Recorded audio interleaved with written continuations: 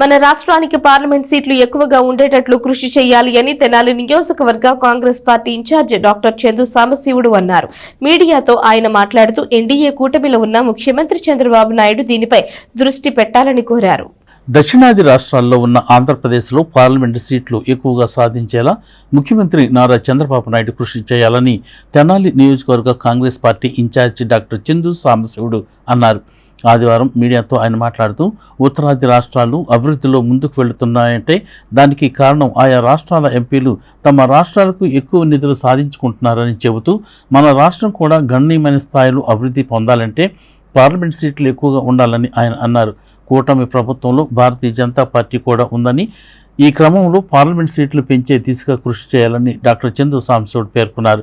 ఈ సమావేశంలో Tenali town president Panduru Nagasurya Sasidhar Rao, Tenali mandal president Karlapudi Pullaiah, OBC state vice president Gurrapu Dwaraka Srinivas, Madala Purnachandra Rao, Penugonda Sivakumar, Rayappa, K Koteswara Rao, Ayyappa, Karthik, Seenu, Akhil, Mallikarjuna Rao తదితరులు పాల్గొన్నారు. ప్రస్తుతం కాంగ్రెస్ పార్టీ తరఫున మన తెనాలి ప్రాంత మైనార్టీ ప్రజలకు, ముఖ్యంగా ముస్లిం ప్రజలందరికీ కూడా రంజాన్ పండగ సందర్భంగా రంజాన్ శుభాకాంక్షలు తెలుపుతున్నాం.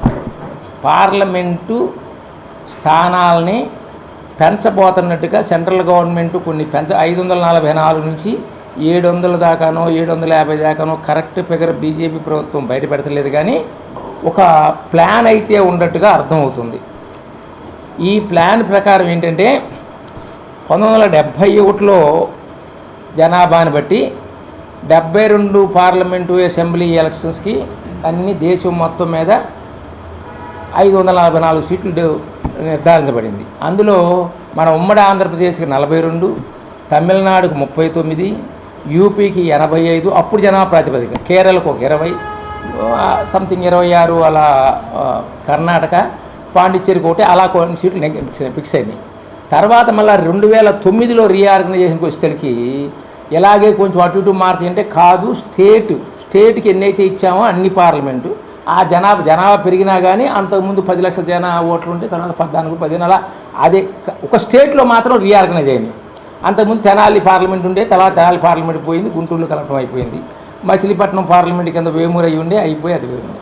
కానీ ఇప్పుడు ప్రపోజల్ ఏంటంటే ఇప్పుడు కొత్త జనాభా ప్రాతిపదికన మరలా స్టేట్కి ఉన్న నంబర్ కూడా మార్చేస్తామనేటువంటి టాక్ వచ్చింది.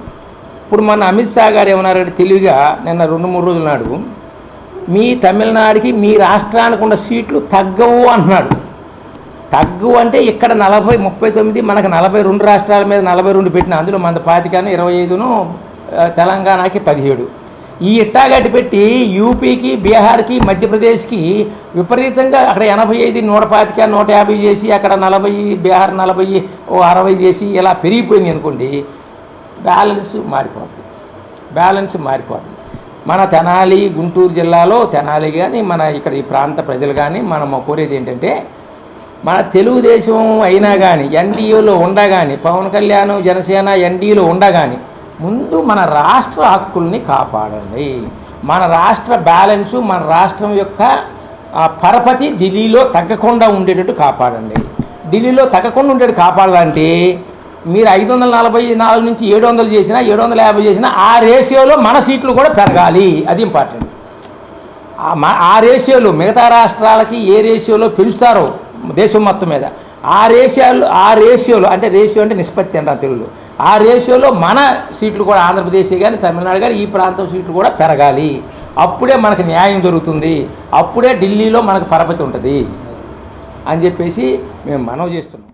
ప్రత్యేక హోదా అనేది ఫస్ట్ మనం నిర్ణయించాం. ఆ ప్రత్యేక హోదా కోసం చంద్రబాబు గారు మీరు ప్రత్యేక హోదా తెప్పించాల్సిన బాధ్యత మీ చేతిలోనే ఉన్నది. మా పార్టీ తరఫున కానీ, ప్రజల తరఫున కానీ, కాంగ్రెస్ పార్టీ తరఫున కానీ చంద్రబాబు గారు ఈ ప్రత్యేక హోదా అనేది పరిశ్రమలు కానీ, ఇక్కడ ప్రజలకు కానీ, ఉద్యోగస్తులకు కానీ కావాల్సిన హోదాను మీరు తెప్పించవలసిందిగా కూర్చున్నాం మా కాంగ్రెస్ పార్టీ తరఫున. అలాగే పరిశ్రమలు కావాలి. ఈ పరిశ్రమలు రావాలంటే ప్రత్యేక హోదా ఉండాలి. అప్పుడు మేము ప్రత్యేక హోదాని 5 సంవత్సరాలంటే 10 సంవత్సరాలు బీజేపీ గవర్నమెంట్ ఉంది. ఆ బీజేపీ టీం కింద పడేయాల్సిన బాధ్యత కూడా మీకే ఉంది. అది మీరు లేకపోతే ఆ పార్టీ ప్రభుత్వం బీజేపీ కూడా ఉండదు. అని మేము మనవి చేసుకున్నాం కాంగ్రెస్ పార్టీ తరఫున.